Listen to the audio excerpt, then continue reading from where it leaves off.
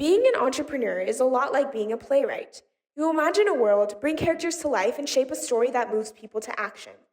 Great playwrights write from what they know, the highs, the lows, the causes they care about. Passion drives the story, and building that story is like assembling a puzzle. There's no right or wrong way to start. Some build the edges first, others dive into what excites them.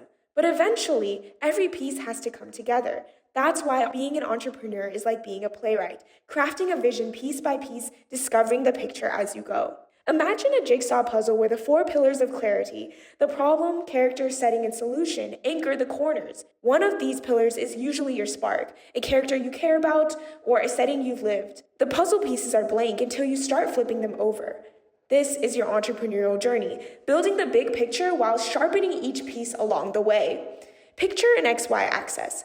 To an investor, every flipped piece reveals more of the big picture. That's your x-axis. Have you thought it through? But clarity lives inside each piece. That's your y-axis. Have you sharpened your thinking through self-reflection even before testing? Your lead character might start out vague, a kid who dances, someone who loves music, an athlete. For Kamil, the spark came from his own experience navigating the world as a blind person. Let's say a founder identifies their main character like this. Blind and low vision adults and children who enjoy cars, operating moving toys or systems, racing, or an obstacle avoidance challenge. That's a strong first draft. It shows care, intention, and a lived connection to the problem, but is it enough to create a mental image of this main character? If you were a playwright, would you know how to cast for this? Let's pause and wonder out loud, zooming in through the y-axis of clarity. I wonder if this is for young blind kids looking for another toy option, especially if they're into cars, or is it for older kids who are blind and enjoy RC cars recreationally, or maybe it's for RC car enthusiasts.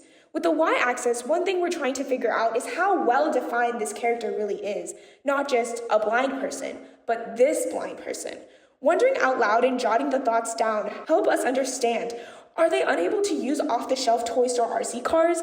Are they teens or adults in a niche hobbyist community using $400 kits with custom mods? Then, the obstacles of being blind might go beyond just racing on the track. It might be about the holistic experience of racing and modding. Are we talking about young kids, tweens, teens, adults? That drastically affects features, voice guidance, safety, independence, not just due to sight spectrum, but age spectrum. It's like saying sighted people like video games.